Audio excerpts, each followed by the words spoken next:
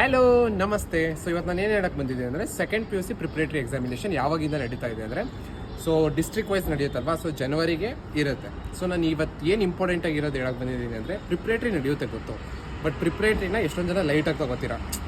ಬಿಡು ಪ್ರಿಪ್ರೇಟ್ರಿ ಅಲ್ವಾ, ಇಲ್ಲ ಹಂಗೆ ಮಾಡಬಾರ್ದು. ಸೊ ಪ್ರಿಪ್ರೇಟರಿ ಎಕ್ಸಾಮಿನೇಷನ್ನ ನೀವು ಆ್ಯನ್ಯುವಲ್ ಎಕ್ಸಾಮ್ ಬರೀತಾ ಇದ್ದೀರಾ ಅನ್ನೋ ಫೀಲಲ್ಲೇ ಬರೀಬೇಕು.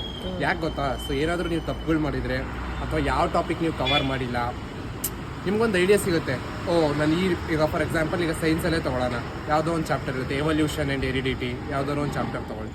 ಸೊ ಈಗ ನೀವು ಆ ಚಾಪ್ಟರಲ್ಲಿ ಏನೋ ಕ್ವಶನ್ ಬಂದಿರುತ್ತೆ, ನಿಮ್ಗೆ ಅದು ಗೊತ್ತಿರ್ತಿರಲ್ಲ. ಈಗ ಚಕ್ಕರ್ ಬೋರ್ಡ್ ಕೇಳಿರ್ತಾರೆ, ನಿಮ್ಗೆ ಅದು ಬಿಡ್ಸಕ್ಕೆ ಬರೋದಿಲ್ಲ. ಅವಾಗ ನಿಮ್ಗೆ ಗೊತ್ತಾಗುತ್ತೆ, ನಾನು ಇಲ್ಲಿ ಲ್ಯಾಗ್ ಆಗಿದ್ದೀನಿ, ಸೊ ನಾನು ಅದನ್ನು ಓದ್ಕೋಬೇಕು. ಅವಾಗ ಹೋಗಿ ನಿಮ್ಮ ಟೀಚರ್ಸ್ ಹತ್ರ ಡೌಟ್ ಕೇಳಿ ಕ್ಲಾರಿಫೈ ಮಾಡ್ಕೊಳ್ಳಿ. ಅದೇ ನೀವು ಏನು ಓದ್ದಲ್ಲೇ ಇದ್ದರೆ ನೀವು ಪೇಪರ್ ನೋಡಿದ ತಕ್ಷಣ ನಿಮ್ಗೆ ಏನೂ ಗೊತ್ತಾಗಲ್ಲ, ನೀವು ಏನು ಓದಿದ್ದೀರಾ ಅಂತಲೂ ಗೊತ್ತಾಗಲ್ಲ, ಏನು ಓದಬೇಕು ಅಂತಲೂ ಗೊತ್ತಾಗಲ್ಲ, ಫುಲ್ ಡೈಲಾಮ್ ಆಗಿಬಿಡುತ್ತೆ. ಸೊ ನೀಟಾಗಿ ಪ್ರಿಪ್ರೇಟರಿ ಎಕ್ಸಾಮ್ನು ನೀವು ಫೈನಲ್ ಎಕ್ಸಾಮ್ ಅನ್ನೋ ಥರನೇ ಕುತ್ಕೊಂಡು ಓದಿ.